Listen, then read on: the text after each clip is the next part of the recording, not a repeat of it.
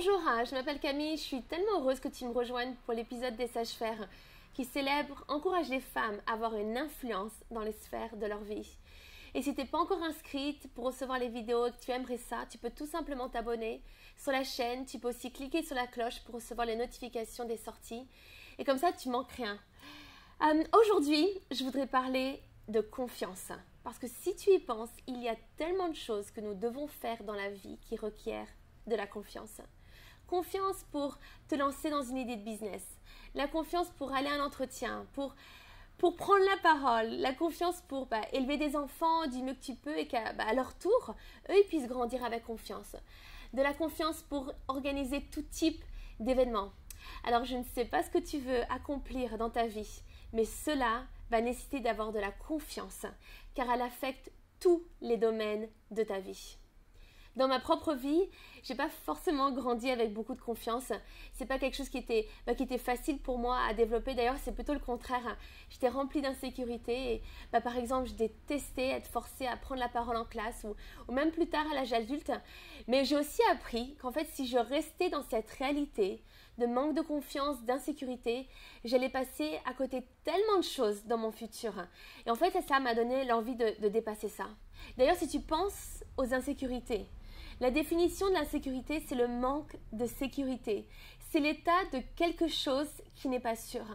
Alors, on peut le voir d'ailleurs assez facilement lorsqu'on a une forte timidité, par exemple. On ne regarde pas les gens dans les yeux. On a peur de prendre la parole et on ne veut surtout pas, mais alors surtout pas, aller à la rencontre des gens. Parce qu'on pense que personne ne va nous aimer et qu'on n'y arrivera jamais. Et ces insécurités peuvent venir de notre éducation, mais aussi des échecs du passé. Et on a tellement, par exemple, de mauvais souvenirs et on ne veut plus faire confiance et prendre de risques. On se compare aussi aux autres et on regarde à tout ce que nous n'avons pas dans notre propre vie par rapport à cette autre personne. Mais ce que je sais, c'est que les insécurités vont voler tes rêves. Elles vont t'empêcher d'aller dans le nouveau que Dieu a pour toi. De l'autre côté, voici la définition de la confiance. C'est d'avoir de l'assurance, un sentiment de sécurité, une espérance solide en une personne ou une chose. Et même j'aime ça dans la définition, c'est d'avoir aussi un courage qui vient de la conscience qu'on a de la valeur. Donc c'est tellement fort. Dans notre leadership, c'est tellement important de développer ça, car c'est une force pour nous aider à prendre des décisions. Voici ce que John Maxwell dit. Le premier et plus grand obstacle pour la plupart des personnes est dans la croyance en eux-mêmes. Réfléchis à ça. Trop de personnes ne croient pas en eux-mêmes et ça se reflète dans un manque de confiance.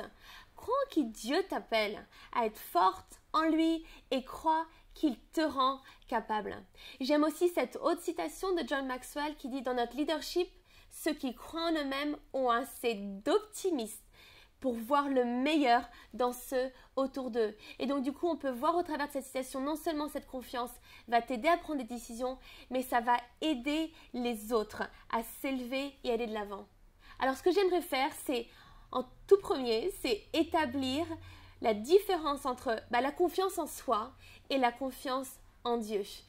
La parole de Dieu nous dit que si on établit notre confiance en nous-mêmes, c'est passage. D'ailleurs, ça dit même que c'est une folie. Ésaïe 2 aussi, verset 22 dit « Arrêtons de placer notre confiance dans l'être humain, que ce soit en nous-mêmes, mais aussi dans les personnes autour de nous. » Et c'est là parce que c'est là en fait il faut faire attention et être sur nos gardes. Surtout en fait quand tu commences à acquérir de l'expérience. Si tu réfléchis à ça, plus tu as de l'expérience, plus grand est le risque de penser que c'est ton succès vient de toi-même et le risque de t'enorgueillir et de commencer à penser que tout vient de toi-même. Ce que nous devons faire avant tout est d'avoir confiance en Jésus et uniquement en Christ. Dans toutes les sphères de nos vies, que ce soit dans notre leadership, au travail, reconnais d'où vient tout ce que tu as et ce que tu fais. Et du coup, tu ne t'attribueras pas le mérite. La parole nous dit aussi maintes et maintes fois de mettre et placer notre confiance en Jésus. Parce que tu peux tout par celui qui te fortifie. Philippiens 3, verset 3 dit « Plaçons notre fierté en Jésus-Christ et ne mettons pas notre confiance dans notre condition. » Ça, c'est tellement fort pour nous. Donc, quand tu places ta confiance en Dieu, que ce soit dans les bons, mais aussi les moins bons moments, elle permet de surmonter les peurs, car Dieu sait toujours nous guider. Tu peux surmonter la dépression, car il est celui qui nous tire vers sa lumière, son espérance et sa joie, qui est notre force. Et au final, tu peux surmonter toutes sortes de choses qui, humainement, seraient tellement difficiles. Mais la confiance en Christ nous donne cette capacité. J'aime ce verset en Chroniques qui dit « Ayons confiance en l'Éternel et vous serez affermis ». Et ça, c'est une grande promesse pour chacune d'entre nous. Aujourd'hui, si tu écoutes cela, et peut-être que tu te dis « Moi, j'ai aucune confiance, je suis même paralysée par la peur de me lancer, de faire quelque chose de nouveau, ou c'est tellement inconfortable pour moi ». Face à ces pensées, c'est important de réaliser que cela peut changer et tu peux commencer à acquérir de la confiance. Réalise aussi que la confiance est aussi un cheminement. Cela ne va pas arriver du jour au lendemain et souvent ça vient d'une révélation de qui tu es en Christ et de ce que tu peux faire grâce à lui. Tellement de fois, Dieu a utilisé des personnes avec un manque de confiance dans la Bible. Et ces exemples, j'espère, peuvent vraiment t'encourager. Parce qu'on peut voir notamment que Moïse, lui, il bégayait. Gideon, lui, il était pauvre et apeuré. Il y avait Marthe qui, elle, s'inquiétait beaucoup. Timothée qui était timide. Dieu a fait de grandes choses dans chacune de ces personnes, car ils ont appris à placer leur confiance en Dieu. Pas en eux-mêmes, en Dieu. Et c'est mon encouragement pour toi aujourd'hui. Donc ma question pour toi serait, dans ta vie, où est-ce que tu peux discerner un manque de confiance? Pourquoi penses-tu en fait cela? Et que dit pourtant la parole de Dieu à ce sujet?